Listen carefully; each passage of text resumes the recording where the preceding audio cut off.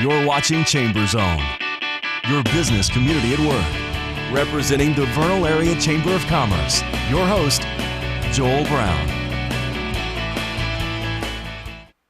Good to have a good one.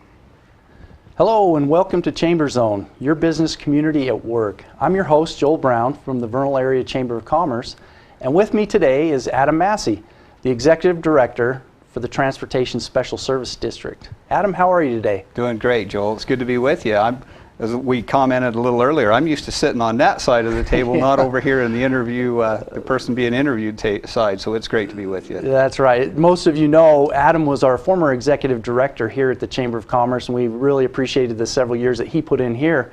He's transitioned over recently to the Transportation Service District, and so we're excited to have him here today and talk about some of the things that he's got going on within the community here. Adam, would tell us and update us a little bit about what the Transportation Special Service District entails and what type of things you're working on right now as far as projects. Sure, Joel, I appreciate that. You know, to give you an idea of some of the projects we just finished this year, we do an asphalt management program for the county and the city, and we did about $6 million worth of overlays, seal coats, chip seals, you know, just to kind of keep our infrastructure maintenance intact with the county and the city and helping them with the roads. Brian Meyer at the county road department, his budget's about $3.5 million a year, and our county is really huge and we have a lot of roads, and so you know, he's really stretched to try to cover as much as he can to maintain, and so it works out well that our transportation district can step up, and of course we get our mineral lease monies that are returned back to our county, and we get a percentage of those. We have the different districts in the county here, and we're one of those districts, and ours is mostly to do road projects. We also did Fifth West this year, which turned out to be really nice, a little over $5 million for that project. And you know, recently we've been talking and in the process of taking over management of the Vernal Municipal Airport. And so we've worked most of the summer and most of the year to get those agreements between the county and city. The county owns 75% and the city 25%. So time you work with the entities and get everything in place, we're looking to take that over the 1st of January. The agreements have all been passed, the attorneys have all signed off, and we're just working through the budget process now to get the monies in place to be able to do that. And so we're excited about that. There's a lot of neat things. I know in segment 2 you'll have Kelly Harvey here from the airport talk about you know, all the projects that are going on there. It's about a 5-6 year plan, but you know, people won't know our airport when we get through with it. We've been waiting a long time for the funding to come through with FAA, and it's our turn to receive that, and so we're really excited about that. So with the district taking over management, we'll be coming up with the match money. The FAA, for the most part, pays 95% of the improvements, with the exception of the airport terminal building. We'll have a new $9 million terminal building there, and the FAA doesn't cover quite that percentage of it. It's broken down a little bit differently, so the UNA County was able to, through the Municipal Building Authority, to secure a grant through CIB of $4.5 million loan and a $4.5 million grant, and so we'll be moving forward with that to get that building in the process too, and so we're excited. There's a lot of neat things going on in our community. You know, we have experienced the downturn in the economy, and so our district is working with about 55% less money than we had last year, and we had a record year. You have to keep it in perspective. We're still very fortunate to have what we have, and we're grateful for that, and we're grateful for industry that allows us to be able to do that. Yeah, so that's great. One question I had for you, Adam, is how does that match money work? You said 95% comes from where, and how does that work, the 95.5? The Federal Aviation Administration sets that money aside, and you know, Vernal, I remember when I was in the road construction business back in about 1996, so it's been quite a few years ago that there was talk of Vernal getting an airport upgrade and receiving money, and so you can see how long we've been waiting in line, and all the other airports are waiting also, and so it's our turn to receive that funding from the FAA, and so our district is responsible for a 5% match that we will come up with if there's a $10 million project, and we come up with 5% of that, and FAA would fund the other 95%. And so it's a great deal. You know, we've been waiting a long time to have this upgrade, and so when it's done, people, you know, there'll probably be $40+ million worth of upgrades that have been done along with the new terminal building, and so it's going to be fantastic. Wow, that's a great opportunity for our community to expand that airport and have that air service that we need here in the Vernal area. You know, it really is. As you look at us economically, or through economic development eyes, and you see that we don't have a major freeway and we don't have rail, Yeah. and you know, and so you know, we've needed the upgrades on our airport, and so we're finally getting to that point where we can at least accomplish that with the airport. We continue to work with our legislators, Representative Chu and also Senator Van Tassel, to see road improvements to Highway 40, which is really our lifeblood. That's, you know, we're going to have a widening project on that this next year, and going forward into the future as we try to get that widened out all the way to Duchesne, and then hopefully from Duchesne on into Heber also eventually. And so a lot of good people doing a lot of good things, and to keep our community you know, at least at the forefront of trying to help industry and move forward with what we're trying to do.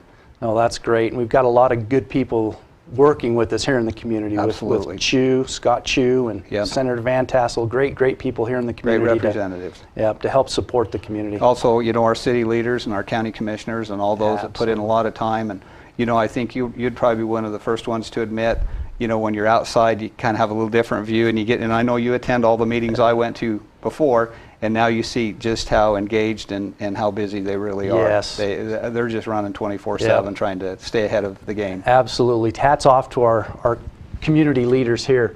We'll be discussing more chamber news after this short message. Stay tuned. We'll be right back. Thank you. Almost 45% of the oil produced in Utah, 7.8 million barrels, comes from Duchesne County. That oil feeds our state economy, provides job growth, and supports local business. Here in Duchesne County, we're working to make Utah an economic, cultural, and technological leader.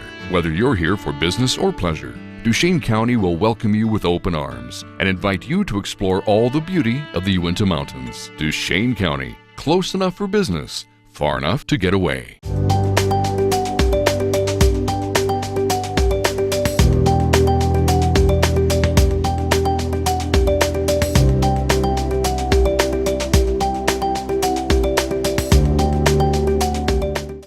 Welcome back to Chamber Zone, your business community at work.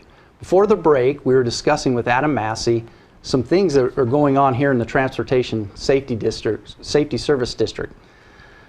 I'd like to turn the time over now to Kelly Harvey, who's our regional manager, or airport manager here at the Vernal Airport. Kelly, good to have you here. How are things going?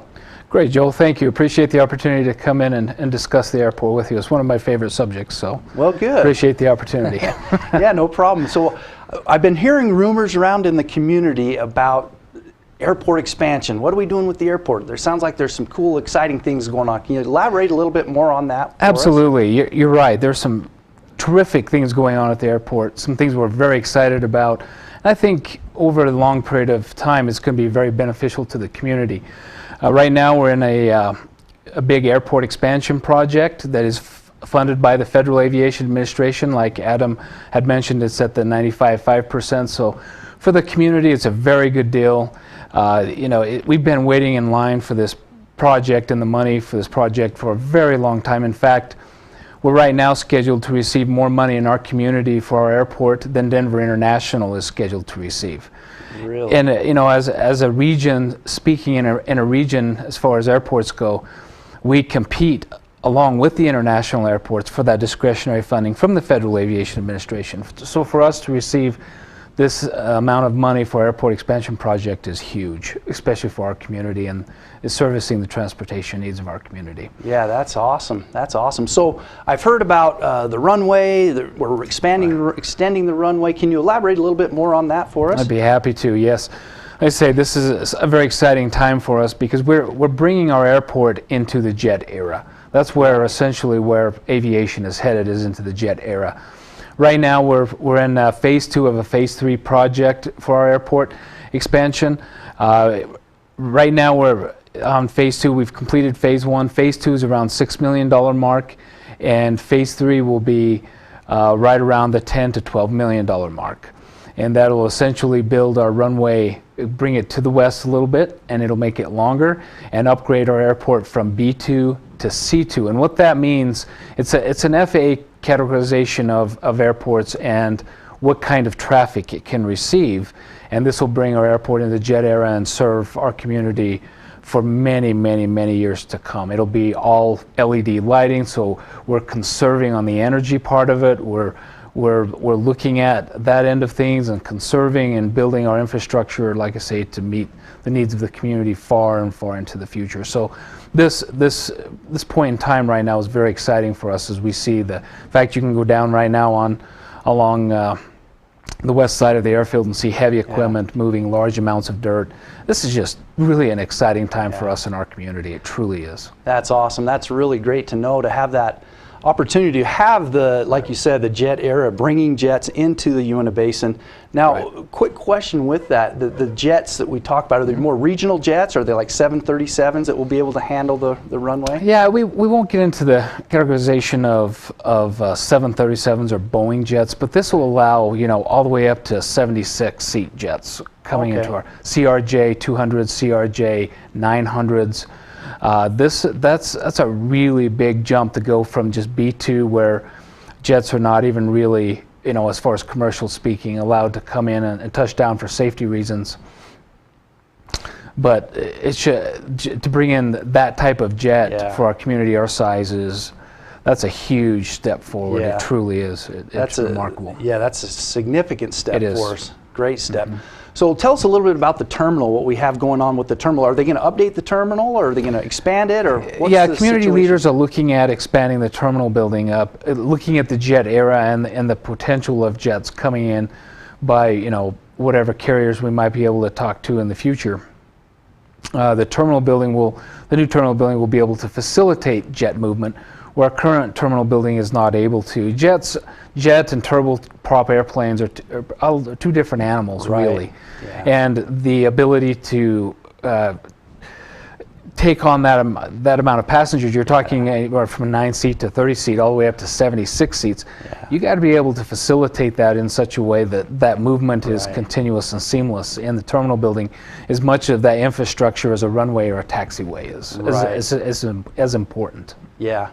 So is there going to be anything done with the east-west bound on the runway tarmac, or are they primarily doing the north and south? It's just the north and south. Typically the FAA doesn't get involved with crosswind runways. They're not considered primary runways. It's just our primary runway of 1634, which will be runway 1735 is what our runway will be.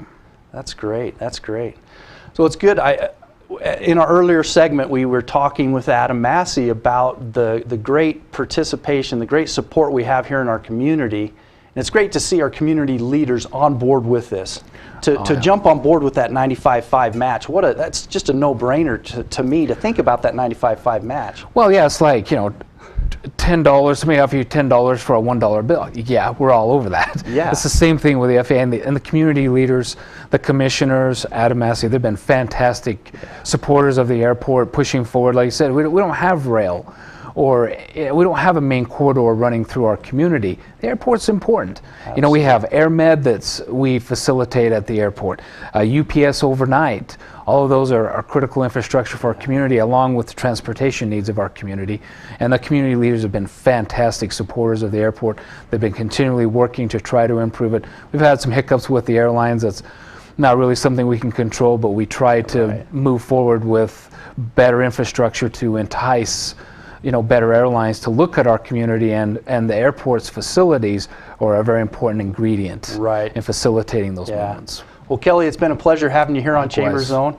We appreciate you being here. That's it for today's show. I'm Joel Brown. Be sure to stop in to your local Chamber of Commerce to learn more about your small business community at work for you. And we'll see you next time on the Chamber Zone. Thank you.